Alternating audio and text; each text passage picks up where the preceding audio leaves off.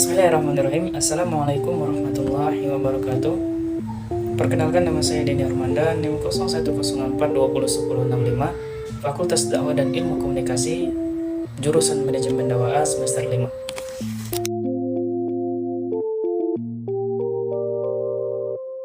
Baik, di sini saya akan menjelaskan ataupun membuat salah satu video untuk memenuhi mata kuliah hadis tematik, yang dimana di sini saya mengambil judul tentang etika silaturahmi.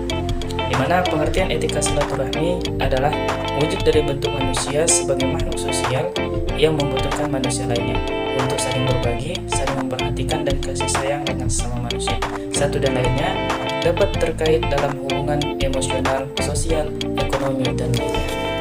Adapun adab silaturahmi yang pertama, niat baik dan ikhlas. Sebagaimana kita ketahui, Allah tidak akan menerima suatu amal kecuali kita melakukannya dengan ikhlas. Maka dari itu wajiblah sebagian siapapun untuk mengikhlaskan niat hanya kepada Allah SWT. Ketika menyambung tali silaturahmi, janganlah sekalipun bersilaturahmi untuk ria dan ujub, karena segala perbuatan kita itu tergantung dengan niat. Innamal a'malu binniyat.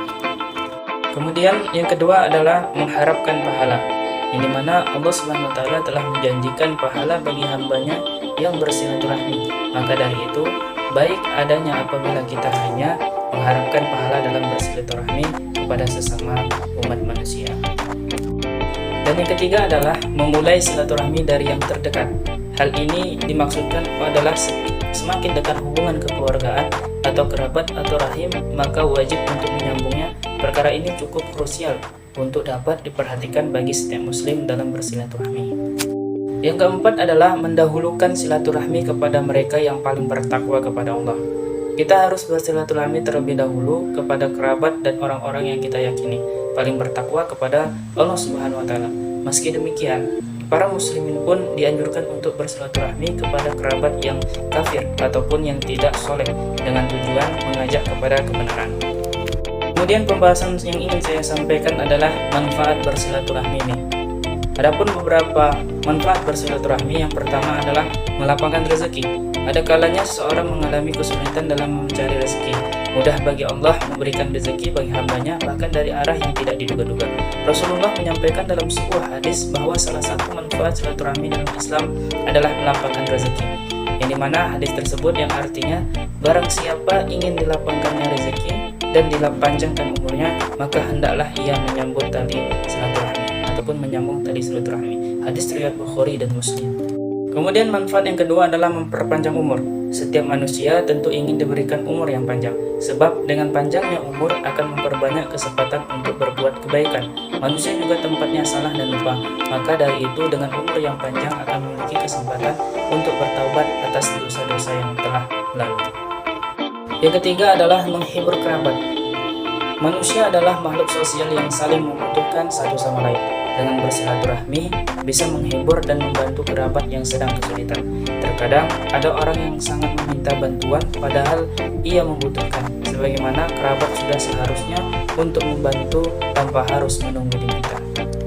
Yang mana yang keempat adalah sebagai tanda ketaatan kepada Allah Subhanahu wa taala, yang dimana dijelaskan dalam sebuah hadis yang artinya barang siapa yang beriman kepada Allah dan hari akhir, maka hendaklah ia memuliakan tamunya.